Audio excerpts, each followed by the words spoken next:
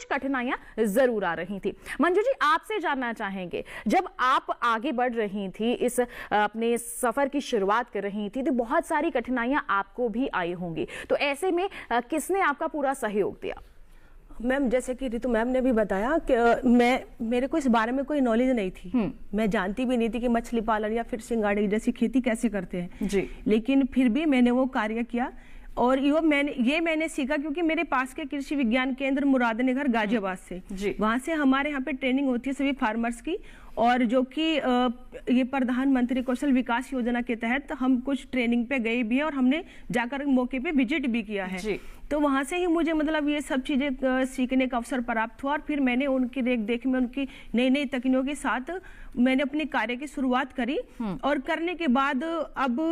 जो भी मतलब जैसे कि आप बता रहे थे अभी, पूछा आपने मैम से कि किस तरह से हमने मतलब गवर्नमेंट की तरफ से लाभ लिया है योजना का,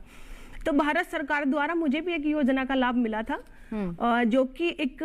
प्रधानमंत्री मत्स्य संपदा योजना के तहत आती है। तो मछली पालन के विषय में आती है वो, जो कि रंगीन मछली अगर हम पालते हैं एक्वेरियम में तो उस पे हमें महिलाओं के लिए 60% सब्सिडी है और पुरुषों के लिए 40% सब्सिडी है। लेकिन मैंने वो सब चीज जो लिस्ट है अपने उसमें तालाब पे ही एक साइड मैंने वहां पे इसीलिए लगाया हुआ है ताकि जो यहाँ पे फार्मर्स महिला हो चाहे जेंट्स हो तो उस चीज को देखे और देखने के बाद में वे भी इस विषय में सोचे कि हम भी कुछ ना कुछ ऐसा करें कि हमें भी गवर्नमेंट द्वारा 60% या फिर 40% का लाभ मिल जाए और हम भी इस काम से जुड़े रहे। तो वो सब चीजें मतलब गवर्नमेंट द्वारा हमें लाभ मिला है और शायद उस लाभ की वजह से ही हम आगे बढ़ पाए, वरना पॉसिबल भी नहीं था क्योंकि हमारे पास इतनी गुंजाइश नहीं थी कि हम अपने पास से तालाब बनवाए, उसको स्वच्छ सुंदर बनाए। लेकिन ये तो कृषि विज्ञान केंद्र की मदद से और भारत सरकार की योजनाओं की मदद से हम ये सब कर पाए मैम।